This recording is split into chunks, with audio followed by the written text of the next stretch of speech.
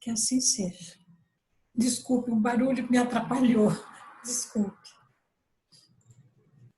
Obrigada, dona Aurora. Bem, como eu estava falando no comecinho, eu vou fazer o evangelho hoje. Estou deixando todo mundo no mudo por causa do barulho, né? Para a gente ficar com a gravação aqui certinho.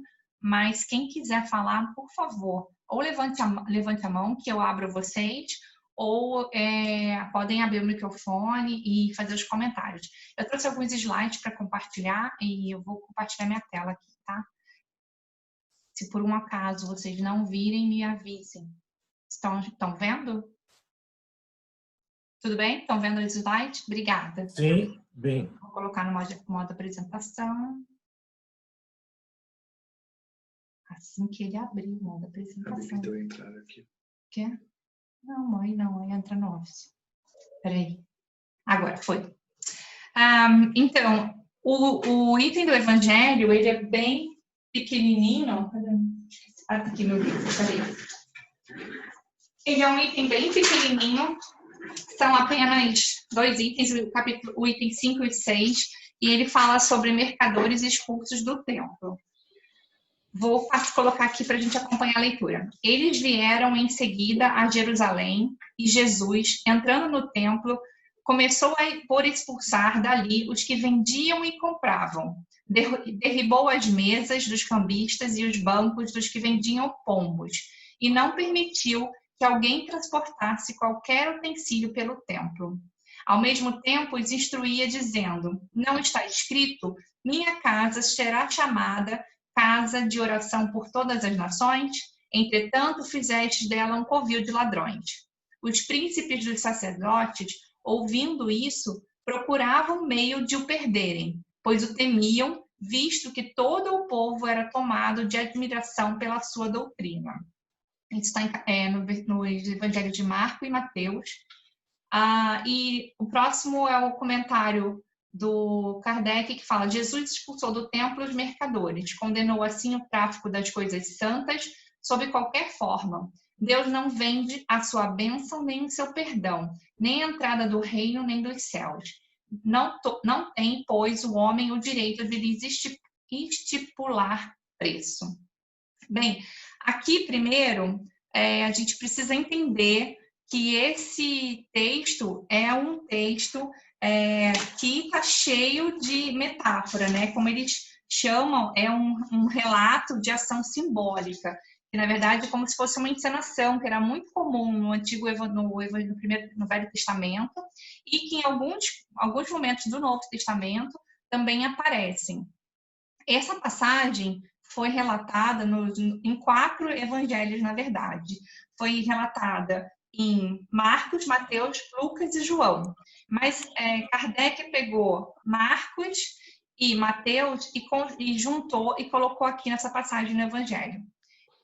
Aqui, se a gente lê assim, sem nenhuma, como eu posso dizer, sem nenhum cuidado, a gente vai pensar que Jesus está tendo um petit, né? Vamos dizer assim, está chegando, quebrando tudo, bagunçando com tudo, sem respeitar. Mas, na verdade, como esse texto é um texto simbólico, aqui a gente precisa tirar bastante, a gente consegue tirar bastante lições daqui. Como, por exemplo, se a gente começa a olhar, vou passar o próximo slide para vocês a gente entender primeiro como que era o Templo de Salomão. Então, o Templo de Salomão, ele era um grande pátio, e esse grande pátio, ele tinha várias divisões. Essa parte de fora, a parte maior, era até onde chegavam os gentios. Eles tinham acesso até aí, e era aí também nessa área onde ocorria o comércio, onde eles vendiam os animais para os sacrifícios, onde eles trocavam o dinheiro para as doações. E eu vou explicar um pouquinho sobre essas etapas de troca de dinheiro e venda de animais. Só um minutinho. Espera aí. Tá bom, consegui. Tinha alguém fazendo barulho, eu consegui tirar. Então, aqui,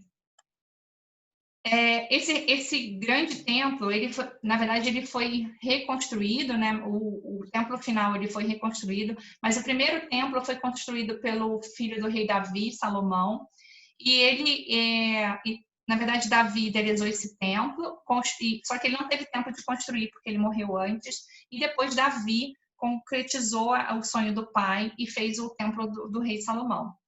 Só que ele foi destruído depois em alguma invasão, e depois ele foi refeito por Dário. Era um templo menor, mas também aí nesse mesmo local. E só que aí Herodes fez um investimento e expandiu esse templo para ser ali o local onde os religiosos se encontravam, né, para poder discutir, estudar onde era essa primeira ideia. Era um local de realmente como eu posso dizer, de estudo, de discussão, de desenvolvimento do Evangelho. E aí, só que eles tinham várias leis, né, que obrigavam os judeus a fazer doação, mesmo os que moravam longe tinham que fazer doação, e eles também tinham que ir pelo menos 3 vezes no templo. Então, assim, tinham várias regras, era uma coisa bem organizada a princípio. Só que aí os sacerdotes viram que as pessoas estavam começando a discutir muito sobre essa ideia de amor, a religião estava muito, as pessoas vinham de muito longe para discutir essa parte, fazer doações, fazer oferendas, mas muito voltado a essa parte emocional, e eles estavam perdendo dinheiro, não estavam fazendo negócio. Então, o que eles fizeram ali no pátio, foram onde eles colocaram o comércio, para justamente atrapalhar as pessoas, para desenvolver essa parte religiosa e, ao mesmo tempo, eles fazerem essa parte do comércio. Então, como as oferendas só podiam ser feitas no templo, ali tinham os animais para que eles fossem sacrificados. Eu acho que a maioria sabe, mas os animais naquela época eram oferendas, eram oferecidos para realmente ter a redenção dos pecados das próprias pessoas, até mesmo de familiares. Então, assim, colocava a culpa, coitadinho, no animal, que ele era feito como oferenda para perdoar os pecados daquela pessoa ou de alguém da sua família. E aí, vou voltar um pouco lá no outro. Se a gente começar a olhar aqui algumas dessas figuras que tem nesse item, eles falam que ele começou a expulsar os que vendiam e os que compravam. Então, assim, não era só os corruptos, mas não eram só os que estavam fazendo alguma coisa, vendendo, mas os que estavam comprando também, porque, como a gente sabe, só existe quem venda porque existe quem compre. Então, nesses dois casos, os dois estavam errados, como é na nossa lei, né? A gente também tem essa corrupção ativa e a corrupção passiva. Então, aqui é bom a gente entender que ele estava ali colocando que ambas as partes estavam impuras. Depois ele fala, né, de derrubou as mesas dos cambistas. Os cambistas eram as pessoas que trocavam o dinheiro, as moedas. Eu vou até colocar aqui na minha comentário, que eu coloquei isso lá para não repetir depois. Aqui eu já falei, os sacerdotes, os animais, já falei isso aqui. Então, eles trocavam as moedas, que eram o denário, que era a moeda romana, e que era o dracma, que era a moeda grega. Só que eles tinham que fazer a doação na moeda dos judeus, que eram os ciclos. Então, que na verdade dizem que foi daí que surgiu a ideia dos banqueiros. Eles ficavam sentados em bancos fazendo a troca de moeda, para que a doação, para que a oferta ao templo fosse feita em ciclos, que era a moeda dos judeus. E, claro, eles ganhavam dinheiro com isso, tiravam o ágio, né, tinham lucro em cima disso, e também ofereciam aos sacerdotes um lucro por eles estarem ali fazendo aquele comércio, como se fosse um aluguel do espaço.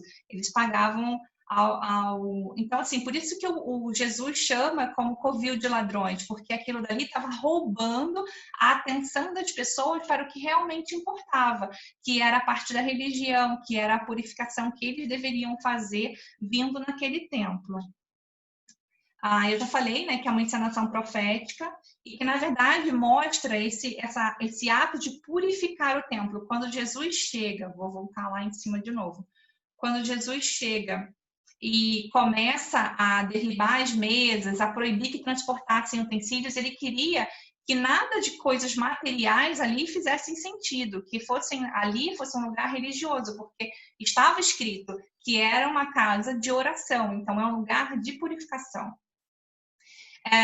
E aí é muito interessante a gente ver também os príncipes dos sacerdotes, que seriam os sacerdotes mais importantes, procuravam meio de o perderem, ou seja, de acabar com Jesus, de terminar com a força que ele tinha, né? Porque as pessoas estavam seguindo Jesus, e isso estava tirando aquele comércio, né, que estava sendo feito através da religião.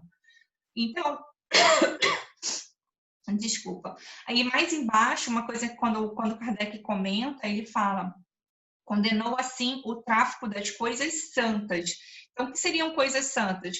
Para fazer uma oração, você tem que fazer uma oferenda, você tem que pagar alguma coisa. Então, oração, benzedura, né? Coisas que a gente entende como santo, até mesmo um local de amor, de carinho, de acolhimento, só que estava sendo cobrado para que aquilo fosse feito. Então, como a gente sabe hoje em dia, né, ainda existe muita gente que cobra por uma reza, que cobra por muita coisa, até por uma psicografia, como a gente sabe que isso acontece até hoje.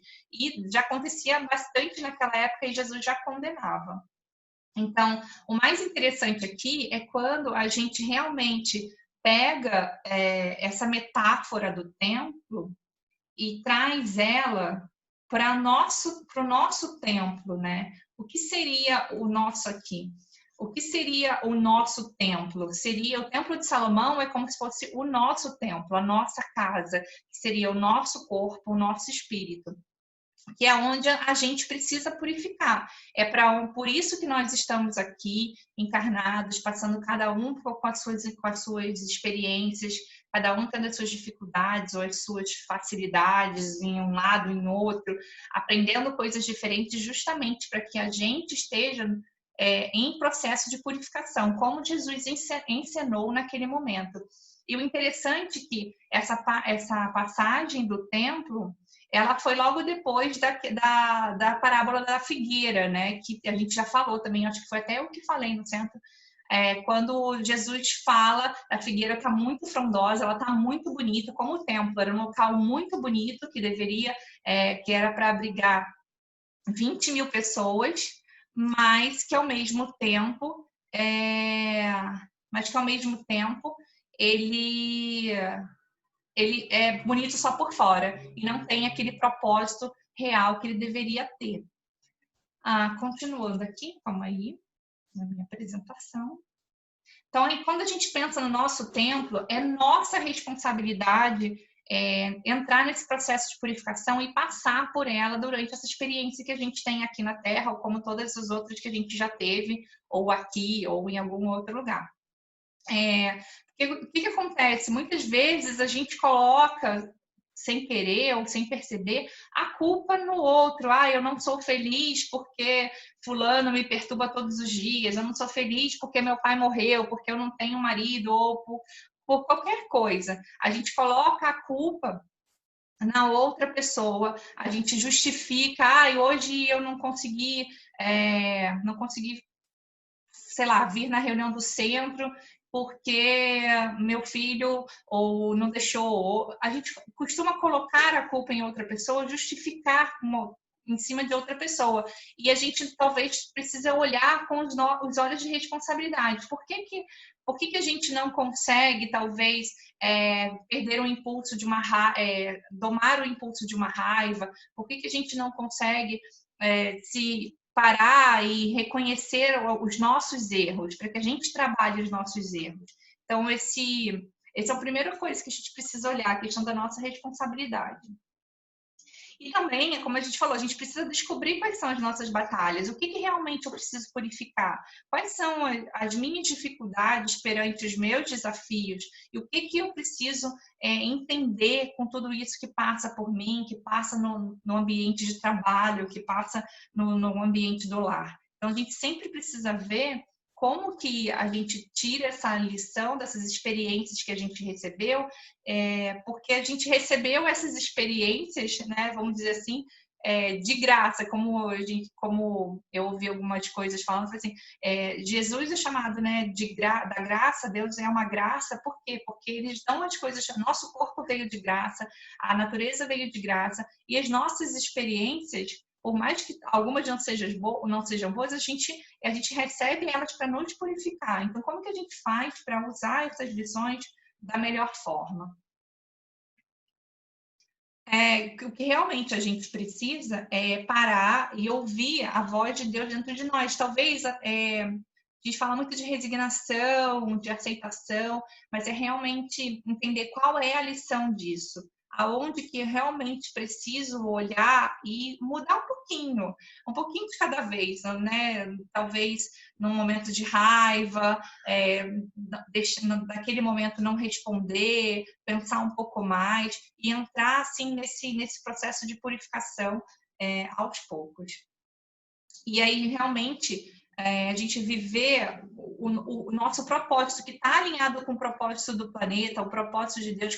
A gente sabe, cada um tem uma missão, cada um tem um papel aqui dentro da sociedade, da Terra. Como é que a gente faz para realmente entender isso e aceitar de uma forma que a gente consiga usar essas experiências para nos purificar? Cadê? Ops, eu acho que eu fiz alguma coisa errada. Não, acho que eu tinha terminado. Bem, deixa eu abrir aqui. Parar de... Então, deixa eu ver se eu tenho mais alguma coisa que eu anotei aqui para falar com vocês. Alguém quer comentar alguma coisa? Pode abrir aí ou levantar a mão, que eu abro aqui vocês. Eu não estou vendo todas as pessoas. Mas, assim, o que eu queria realmente que a gente pensasse é que esse texto que parece um texto tão pequeno, ele tem uma profundidade muito grande quando a gente realmente entende essa questão da purificação. O quanto que a gente pega isso e realmente traz para o nosso corpo, porque quando Deus tira os animais, ele fala para tirar, ele expulsa os animais do templo, fala para parar de mexer os móveis. Primeiro que ele faz essa metáfora dos animais é muito interessante, porque o que é o animal? O animal, ele é um impulso, ele é inconsciente. Então, quando ele expulsa esse lado inconsciente, essa parte que é uma parte, né, impulsiva nossa, ele pede para que a gente pare dentro do nosso templo e tenha consciência de que nós estamos fazendo, consciência da nossa vida, dos nossos atos diante desse sistema que a gente vive e dentro de nós mesmos, que é o primeiro sistema que a gente precisa tomar cuidado. E a parte material, que tirar dali do nosso templo o que parece que para a gente é muito importante, mas que realmente não é aquilo que vai trazer você se conscientizar, você se conectar com Deus e com a sabedoria por trás disso tudo. Deixa eu ver, acho que eu falei tudo. E deixo essa mensagem para a gente pensar em relação a como que a cada dia a gente pode aprender um pouquinho mais da gente e entrar nesse processo de purificação que vem, né, há muito tempo, desde a formação. E é engraçado que, não é engraçado, né, é de propósito, a gente sabe, num propósito de Deus, que tenha vindo essa evolução, né, naquele momento foi feito de um jeito, foi falado de um jeito. Hoje a gente tem tanta gente falando sobre isso, né? Sobre consciência, sobre além do evangelho que fala isso de uma forma figurada, mas como é que a gente vem traduzindo isso para que a gente entenda com mais facilidade no nosso mundo atual. Então é isso. Obrigada, Macário. Pode falar. Manda. Está aberto. Ana Paula e amigos e amigas, esse realmente é um assunto para a gente pensar, porque Jesus é uma fetura de pessoa, é um amor de pessoa. É difícil a gente imaginar Jesus entrar num templo e agredir, porque isso é uma agressão física, derrubar a mesa, chutar o balde, literalmente falando. Tem um livro, eu não lembro agora quem é o autor, mas que fala que Jesus fez é autoridade moral. Tanto é que no texto fala que eles queriam perder Jesus. Então, só a autoridade moral de Jesus fez com que eles ficassem constrangidos e saíssem daquela forma.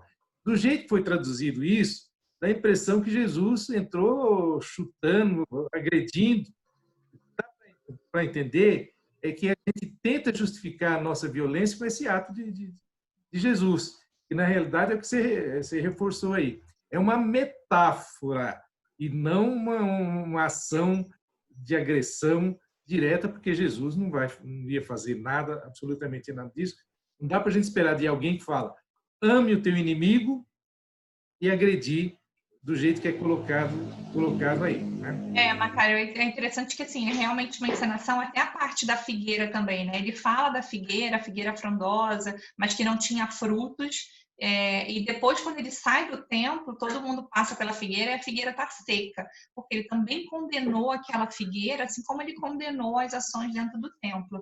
E depois que ele sai do templo, o que ele faz? Ele vai curar cegos e vai curar os paralíticos, que na verdade ele faz de graça. Então, como é que ele faz, né? Ele dá mais um exemplo de como se faz o bem sem cobrar, né? Olhando realmente para essa parte espiritual.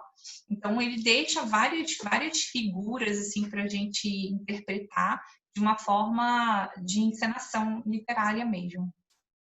Então, é interessante que eu ouvi também, desculpa, Macário, mas que eu ouvi na verdade, até uma piadinha, né? Que parece que o Divaldo, uma vez ele fez uma palestra e acabando a palestra dele, chegou uma pessoa alcoolizada, muito alcoolizada, e falou falou assim para ele: Jesus também era alcoólatra. E aí o Divaldo não entendeu nada, falou: como assim? Ele foi lá naquela festa, fez o vinho, tomou o vinho e depois ficou perguntando quem era o pai dele e quem era a mãe dele. Então, assim, se a gente pega ao pé da letra, a gente realmente não entende. Então, a ideia é quais eram as metáforas, qual era toda essa encenação que a gente precisa entender. O Paulo, ele traz esse socorro para a gente, para que a gente não se prenda na letra que mortifica, mas no espírito que vivifica. Essa questão da figueira seca, é óbvio que eu tenho dificuldade de entendimento do ensinamento de Jesus até agora, mas essa figueira seca era complicada, não era tempo de figo, como é que ele vai esperar figo nessa época? Aí vem o socorro dos amigos espirituais e trazendo para nós, como espíritas, como médiuns, refere-se aos médicos que têm tanto potencial de trabalhar, de frutificar, e de repente se omite. E aí que são a metáfora da figueira seca. Isso aí. Oi? Mais alguém querendo fazer algum comentário? Fábio? Quer mais? Não? Tá tudo bem. Então é isso, eu agradeço, espero que fique essa lição da purificação, como é que a gente pode realmente olhar o nosso templo e fazer aquela faxina, porque a gente precisa cada vez um pouquinho, né? Que de vez em quando a gente faz aquela faxininha e joga meio que debaixo do pano, né? Meio debaixo do tapete. Então, essa faxina é aquela mesmo profunda, que limpa todos os cantinhos, que a gente está nesse processo, de vez em quando, levantar o tapete aí e limpar um pouquinho mais. Então é isso, obrigado. A gente vai passar para a leitura do livro. Queria saber quem pode ler para mim, eu não perguntei isso. Edmu, você pode ler para mim? Edmu, está congelado? Pode ler? Abre então seu microfone, por favor, que eu não consigo abrir. Eu vou compartilhar, tá bom? Você consegue ver? Tá, dá para ler sim, tranquilo. Ouçamos. E logo os chamou. Marcos, capítulo 1, versículo 20. Em alguns círculos do cristianismo, semelhante passagem, alusiva ao encontro do Senhor com os discípulos, interpretada simplesmente como sendo um apelo do Cristo ao ministério religioso. Todavia, podemos imprimir-lhe significado mais amplo. Em cada situação do caminho, é possível registrar o chamamento celeste. no templo familiar, onde surgem problemas difíceis, ante o companheiro desconhecido que pede cooperação, à frente do adversário que espera entendimento e tolerância, ao pé do enfermo que aguarda assistência e carinho, à face do ignorante que reclama socorro e ensinamento, junto à criança que roga bondade e compreensão. Por onde formos, Jesus, Mestre silencioso, nos chama ao testemunho da lição que aprendemos. Nas menores experiências, no trabalho ou no lazer, no lar ou na via pública, eis que nos convida ao exercício incessante do bem. Nesse sentido, o discípulo do Evangelho encontra no mundo o santuário de sua fé e na humanidade a sua própria família, assinalando, pois, a norma cristã como inspiração para todas as lides cotidianas. Ouçamos a palavra do Senhor em todos os ângulos do caminho, procurando segui-lo com invariável fidelidade, hoje e sempre. Obrigada, Edmur. A gente tem falado, né, Macário, que é interessante que os textos geralmente se casam, né?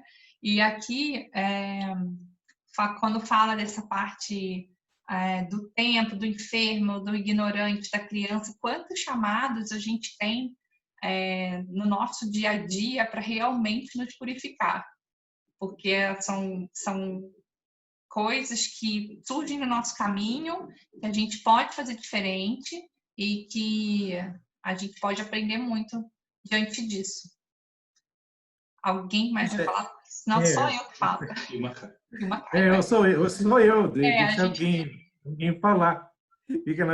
Mas aí essa questão, a gente termina burocratizando a religião. Você frequentando um templo periodicamente, fazendo determinadas coisas, já está cumprindo. Quando, na verdade, quantas pessoas que não têm acesso a um templo religioso ou que não têm nem condições de se deslocar de onde está e precisando desse chamamento de Jesus. Quando Jesus chama aquele jovem rico, fala, nossa, deixa eu dispor dos meus bens. Mas Jesus fala, vai distribuir aos pobres. Opa, aí não. O outro, olha, é mais profundo. Deixa eu enterrar meu próprio pai. Jesus, não. Deixai que os mortos enterrem os seus mortos. Então, a gente precisa sair dessa casca, dessa redoma de templos e realmente aonde esse povo está. Jesus não tinha templo. Essa igreja que fala que Jesus fundou, tu és pedra, Jesus se refere a Pedro, que era firme, duro como uma pedra, e não como um templo. O templo de Jesus era no povo, junto com o povo. E é aí que esse chamamento da gente está... Na verdade, Macário, cada um tem o seu templo, né? É onde o nosso corpo é o nosso templo para que a gente se conecte com Deus em qualquer lugar que a gente estiver. Então, a gente não precisa estar em nenhum lugar para se conectar. Exatamente. Aí nós temos exemplos fantásticos. Chico era católico, acho que não sei se chegou, era coroinha, mas o próprio padre falou, teu lugar não é aqui. Olha onde ele foi frutificar. Divaldo, a mesma coisa. E para a gente não ficar só no ciclo aqui espírita, a irmã Dulce, tem uma passagem dela fantástica, maravilhosa, e elas ficavam lá no seminário, orando, só saía, se não me engano, para voltar. Numa dessas, ela encontra um monte de pessoas dormindo na rua. E ela simplesmente pegou aquelas pessoas e levou de volta para o convento. Imagine o que aconteceu lá. E a madre veio chamar a atenção e ela falou, poxa vida, mas nós não estamos representando Jesus, né, para a gente acolher os pobres e estrupiados, são essas pessoas. Nós aqui com todo o conforto e eles na rua. E foi aí que ela começou, teve até que ter uma autorização especial do Papa para ela poder continuar com esse projeto dela. Tem oportunidade, né? Porque ficar só dentro do convento lá vai aprender só na teoria e a prática. A ideia é a prática que faz a perfeição, né? Exatamente, a gente fala, mas tá orando, tá rezando. Sim, mas irmã Dulce, Madre Teresa de Calcutá, Chico Xavier, Divaldo Pereira Franco e outros tantos abnegados oram também, mas paralelamente estão colocando em prática essa oração. Isso aí. Obrigada, Eu queria dar Macá. uma faladinha. Por favor, Ronaldo, obrigada. Tá bom? Você tocou no assunto aí que a gente pode parar para pensar também em relação a nós, né? O corpo que a gente tem hoje é um templo, é o primeiro templo para o nosso espírito, né? Podemos dizer assim, né? Então, a gente teria que pensar, né? Temos que pensar o que realmente estamos fazendo com esse templo, né? Que é esse corpo que serve de instrumento de evolução para o nosso espírito. Será que estamos utilizando ele bem? Será que estamos utilizando ele de forma racional, com bom senso, para poder o que está em torno de nós, né? Que são outros templos, outras pessoas que vivem ao nosso redor, porque a gente influencia também, queira ou não, aquelas pessoas que estão ao nosso lado. Será que estamos utilizando bem esse instrumento, esse templo de Deus que permite que a gente evolua em benefício do nosso semelhante? E pensando também em nós, será que estamos utilizando bem esse templo para podermos crescer, evoluir com amor, com caridade, com respeito, com entendimento, com tolerância? Tudo isso é o que a gente pode parar para pensar hoje em dia, né? Esse corpo aqui é uma bênção de Deus para o nosso espírito, oportunidade maravilhosa para a gente dar um passo a mais na nossa evolução. E através das atitudes cristãs, né? São esse evangelho maravilhoso e que o Cristo deixou para nós, que a gente consegue, né, trilhar, né, melhor essa nossa jornada aqui. É bom a gente pensar sobre essas questões, né? Será que estamos usando bem, como a Macária falou, a mediunidade, né? Ou estamos deixando ela secar em nós? Não estamos dando frutos para nada, né? Porque a mediunidade também é um dom que Deus nos dá para poder não só nos ajudar, mas principalmente aqueles que estão em torno de nós. E isso é importante, parar para pensar nisso e como a gente está conduzindo tudo isso aí. Não vou alongar, não, é só isso aí. Não, verdade. É que você falou, Bahia, você está falando bastante até da gente cuidar da nossa saúde, cuidar do nosso corpo. Aí eu me lembrei da história de São Francisco, né, que ele judiava do burrinho dele, que era o corpo dele, né? Então, como que a gente cuida do nosso burrinho, do nosso instrumento de evolução, né? Que isso que o Ronaldo chamou bem aí para a gente pensar como que a gente cuida do nosso burrinho, do nosso corpo. Então, eu vou pedir cadê o Silvano fazer, deixa eu abrir ele aqui, que eu não estou chegando ele aqui. Silvano, eu preciso que você abra o seu microfone, eu não consegui abrir. Para fazer a vibração e no Tá me final, ouvindo? agora sim, e no final a Solange vai fazer a nossa prece final. Vamos pedir uma coisa, gente? Vamos fazer, então, uma vibração também para minha amiga que desencarnou hoje, a Genésia, tá? Tá bom.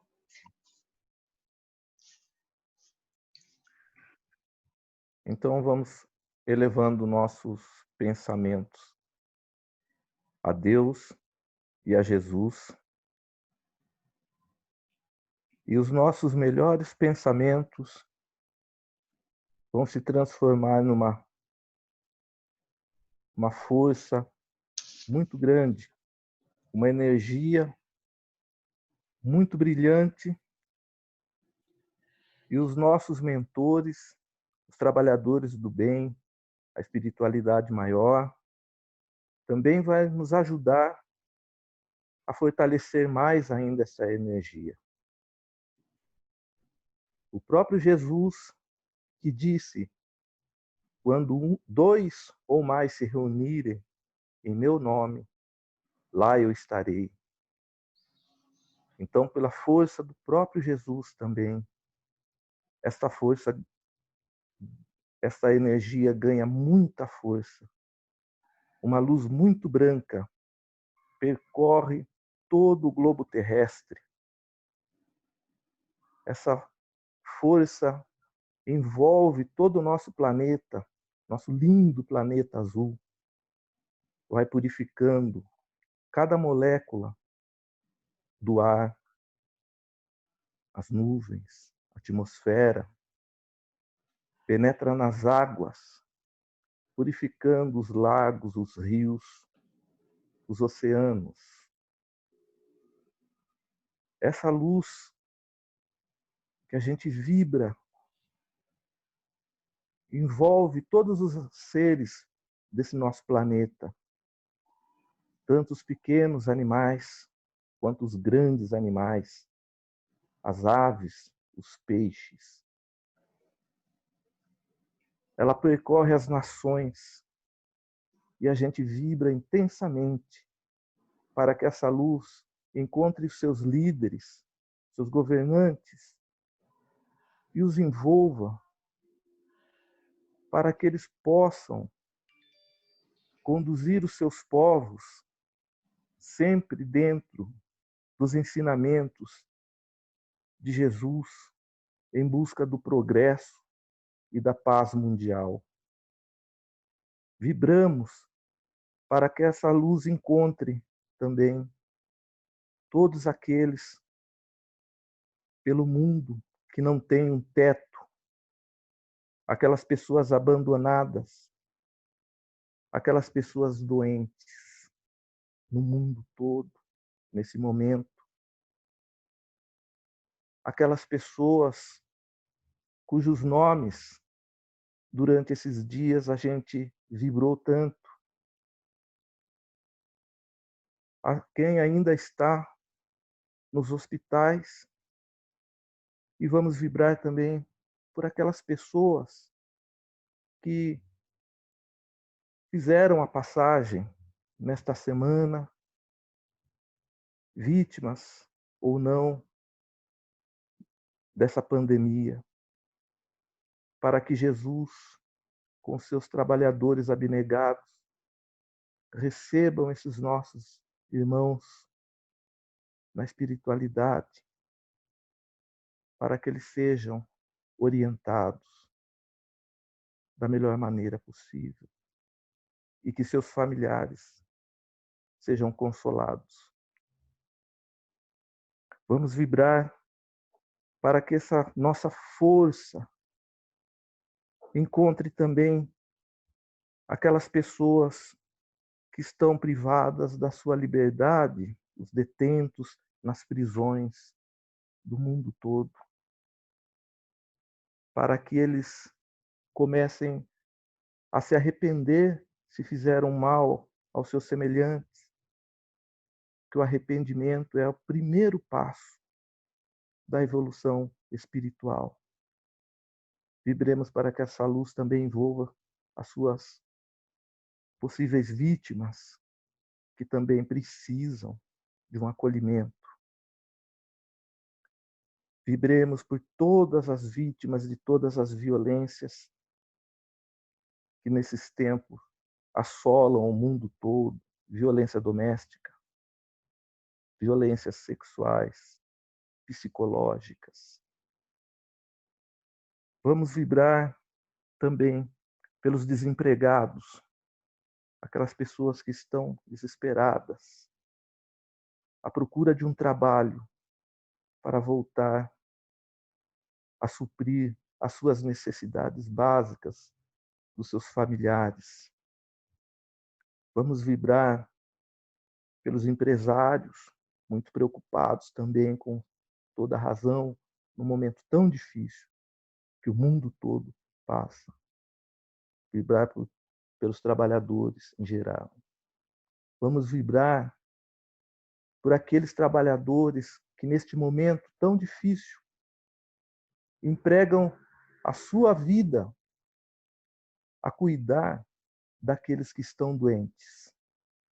Os médicos, enfermeiros, motoristas de ambulância, aqueles trabalhadores da limpeza dos hospitais, os trabalhadores que não puderam também parar de trabalhar, que exercem suas funções em serviços essenciais, como eletricidade, água, gás, comunicação, tudo isso que nós precisamos dentro das nossas casas e que sempre teve alguém lá cuidando de suprir essas necessidades para a gente.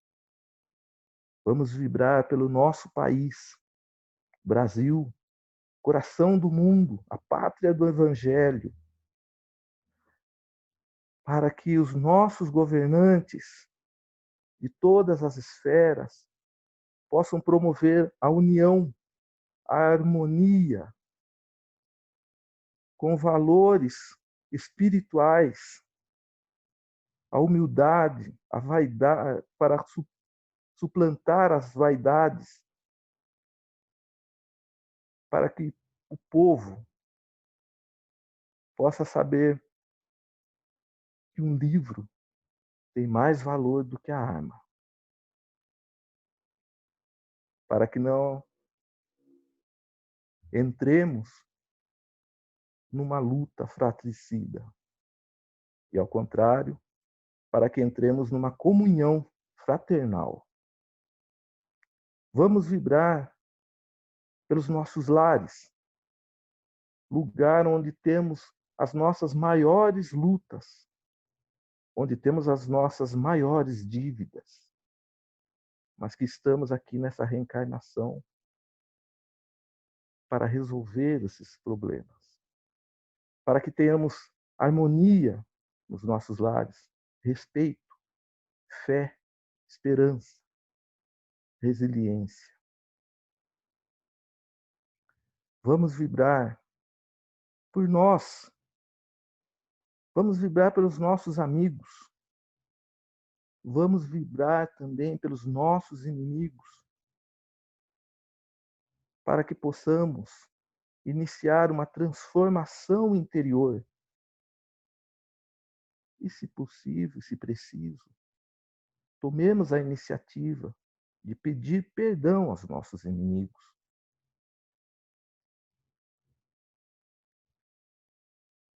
Enfim, meus irmãos, vamos agradecer. Agradecer a Deus e a Jesus pela bênção da reencarnação, oportunidade de reparação. Neste momento de transição do planeta, de provas e expiações, para um planeta de regeneração. Rogamos a Ti, Mestre amado, que esteja sempre conosco, agora e sempre. Que assim seja. Graças a Deus e graças a Jesus. Que assim seja. Solange, pode, já te tirei do mudo. Calma, você fechou o microfone. Pronto. Isso. Vamos agradecer a Deus e a Jesus pelo trabalho de hoje, por estarmos todos reunidos, todos com saúde, com a nossa família. Deus, nosso Pai, que sois todo poder e bondade, dai a forças àqueles que passam pela provação, dai a luz àquele que procura a verdade. Ponde no coração do homem a compaixão e a caridade. Deus, dai ao viajor a estrela guia, ao aflito a consolação, ao doente o repouso. Pai, dai ao culpado o arrependimento, ao espírito a verdade, à criança o guia, ao órfão o pai. Senhor, que a vossa bondade se estenda sobre tudo que criastes. Piedade, Senhor, para aqueles que vos não conhecem e esperança para aqueles que sofrem. Que a vossa bondade permita aos Espíritos Consoladores derramarem por toda parte a paz, a esperança e a fé. Deus, um raio, uma faísca do vosso amor pode abrasar a terra. Deixa-nos beber na fonte dessa bondade fecunda e infinita, e todas as lágrimas secarão, todas as dores se acalmarão. Um só coração, um só pensamento subirá até vós, como um grito de reconhecimento e de amor. Como Moisés sobre a montanha, nós os esperamos com os braços abertos. Ó bondade, ó poder, ó beleza, ó perfeição. E queremos, de alguma sorte, merecer a vossa misericórdia. Deus, dai-nos a força de ajudar ao nosso progresso, a fim de subirmos até vós. Dai-nos a caridade pura, a humildade, a fé e a razão. Dai-nos a simplicidade, Pai, que fará das nossas almas o espelho onde se refletirá a vossa imagem. Que assim seja. Graças a Deus, graças a Jesus. Pronto. Muito obrigada, Solange. Obrigada a todos. Eu tirei o mudo de quem eu consegui, mas não consegui de muita gente. Se quiserem abrir o microfone para dar tchau.